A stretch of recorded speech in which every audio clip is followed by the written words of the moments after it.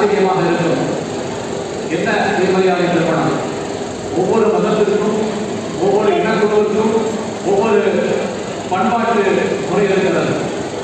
இஸ்லாமியர்களுக்கு ஒரு திருமண முறை, கிறிஸ்தவர்களுக்கு ஒரு முறை, பார்சிகளுக்கு, ஜெயின்களுக்கு ஒவ்வொரு முறை இருக்கிறது.